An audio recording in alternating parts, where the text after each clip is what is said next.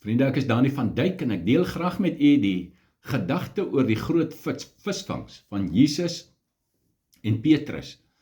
Nou, in hierdie gedeelte kry ons 'n baie belangrike insig rondom wat gebeur wanneer jy reageer op Jesus se woord.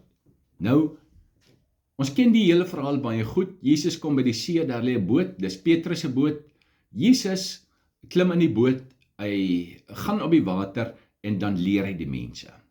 En dan net daarna, dan sê Jesus vir Petrus in vers 4, dis nou Lukas 5 vers 4, en toe hy op hom het spreek, sê hy vir Simon, vaar uit na die diep water en laat julle nette sak om te vang. Goed, nou, hoe dit gewerk het, Petrus was 'n visserman. Hy kom uit 'n vissersgeskiedenis. Sy pa was heel waarskynlik 'n visserman. Hy het heel waarskynlik groot geword met hoe dit daar werk, hoe dit vis gevang word. Nou die see van Galilea is 'n varswatermeer. Hulle het in die vlak gedeelte het hulle die vis gevang, want hulle het 'n net vis gevang. En hulle het in die nag vis gevang, want uit die aard van die saak, 'n varswatermeer se water is helder en die vis moet hulle nie kan sien nie, en daarom was die nag die beste tyd. Goed, dis hoe dit gewerk het. Dis hoe dit oor generasies gewerk het. Dis hoe sy pa vis gevang het. Dis hoe hy vis gevang het tot op daardie stadium en almal saam met hom.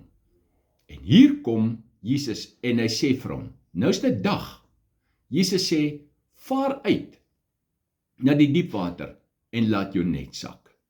Met ander woorde, dis radikaal teenoorgestel van hoe dit werk. En wanneer Petrus dan vir Jesus sê, Meester, ons het die hele nag deur hard gewerk en niks gevang nie, dan beteken dit, Here, dit werk nie so nie. Dis nie hoe ons vis vang hier nie. Die tyd vir visvang is nou verby. Dis nou dag.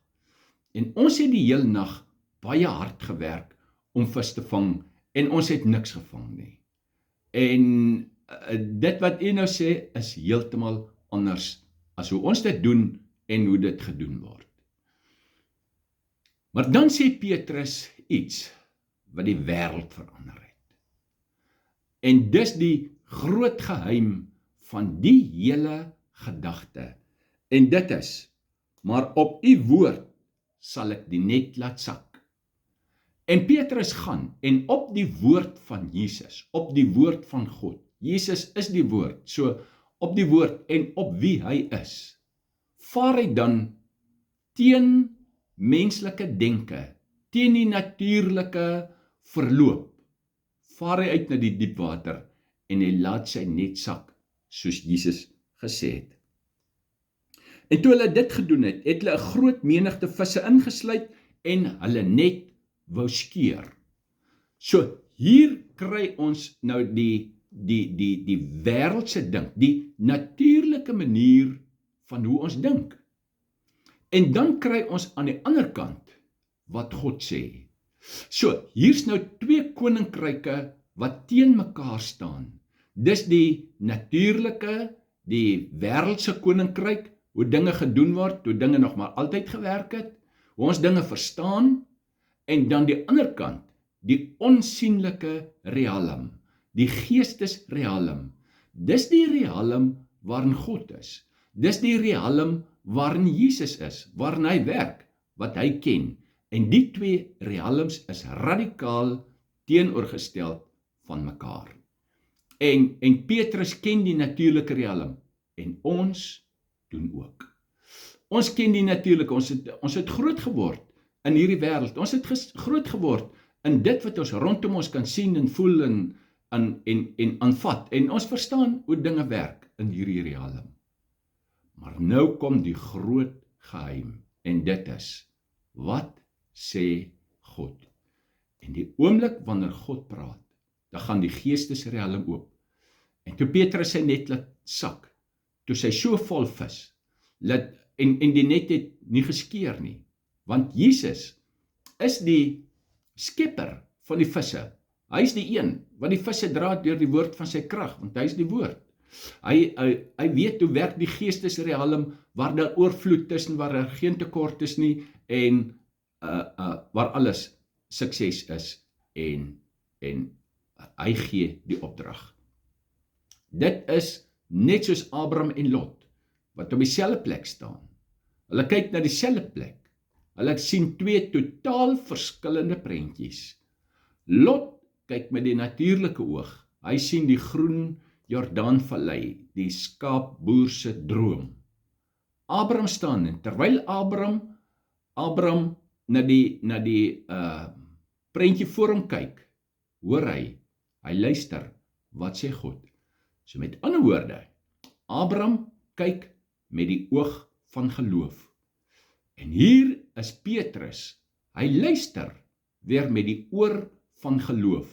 So, hy weet wat is die natuurlike beloop van hierdie, van ons menswees, van hierdie sienlike realm. En dan hoor hy wat sê Jesus, heeltemal anders. En die oomblik as hy doen wat Jesus sê, dan is daar baie groot sukses. En dis wat ons moet leer uit hierdie saak. Ons moet leer om te luister met die oor van geloof. En ek doen dit om te hoor, wat sê God? Waar gee hy vir my die opening? Wat wys hy vir my? Waar is die deur wat moet oopgaan? Waar is die deur waar ek moet ingaan? Al lyk dit vir my heeltemal onnatuurlik. Dit lyk vir my met die natuurlike verstand. Dit kan nie werk nie, dit sal nie werk nie, dis nie hoe ons dit doen nie, dit werk nie. Maar as God gesê het, maak nie saak hoe onmoontlik dit vir my lyk nie, dan is dit wat gaan werk. Want God funksioneer in die gees. Mag die Here ons help, want ons lewe in die geloof. Ons lewe in die realm van die onsienlike. Ons lewe deur geloof, en ons moet leer om in hierdie geloof te hoor wat sê God. En dis die geheim. Mag die Here u baie ryklik seën. Mag daar groot vrug op u lewe wees. Mag u ervaar dat hy met u praat, dat u sy stem sal hoor. Wag op hom. Word stil genoeg. Word lank genoeg. Stil genoeg, sodat u sy stem hoor. Reageer op dit wat hy sê, en die vrug daarop sal fenomenaal wees. Die Here help u en hy seën u bo die maat. Mag u deur hom grootliks gebruik word.